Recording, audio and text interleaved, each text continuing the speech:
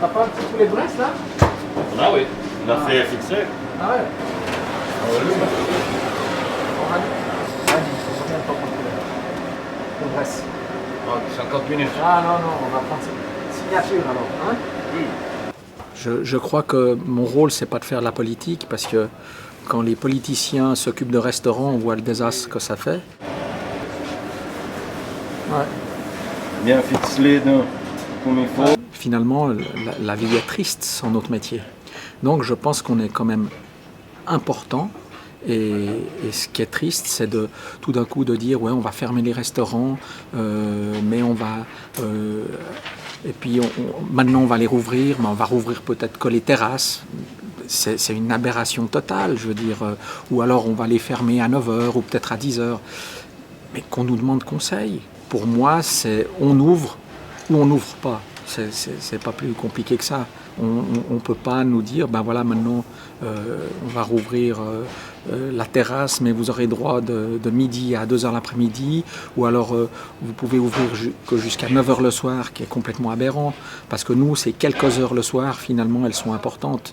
Surtout, par exemple, un restaurant gastronomique, les gens ne viennent pas pour manger en 2 heures. Ou, encore une fois, j'ai écrit plusieurs fois, quand même, à nos autorités, et en leur disant bien que moi, j'étais à leur disposition pour en discuter.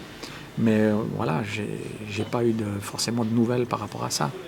Si on rouvre le 22, qu'il n'y a pas trop de contraintes, notre clientèle genevoise et voire romande est une clientèle fidèle. C'est des gens qui nous suivent depuis des années.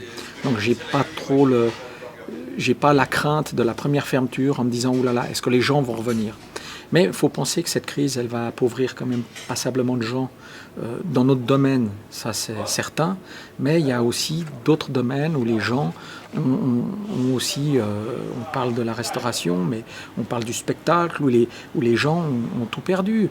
Donc il y aura immanquablement peut-être moins de gens dans les restaurants. Aussi moins de choses qui vont se passer, moins de conférences, ne serait-ce qu'à l'ONU, moins de salons.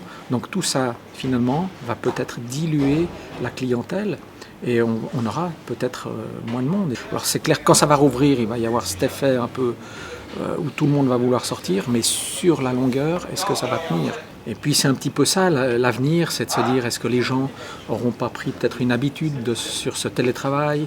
Est-ce que le midi, on aura toujours autant de monde? Donc il y a plein d'incertitudes, notamment aussi au fait des étrangers qui vont peut-être moins venir. On sait que l'aéroport va mettre peut-être 4 à 5 ans pour retrouver le même rythme de vol sur Genève. On va peut-être devenir moins entreprenant sur des prochaines ouvertures parce qu'on ne sait pas finalement s'il y aura la clientèle pour des futurs projets. Et ça, on le sent notamment dans les banques. On disait toujours les restaurateurs sont quand même une profession à risque pour un prêt. Mais aujourd'hui, je pense que ça, c'est encore plus le cas. Finalement, un jeune qui voudrait se lancer dans la restauration aura beaucoup de problèmes pour trouver un financement. Puisque c'est la grande question de savoir quel est le restaurateur qui a couché avec la femme à Monsieur Berset. Ce n'est pas moi. Ça, je tiens à le préciser.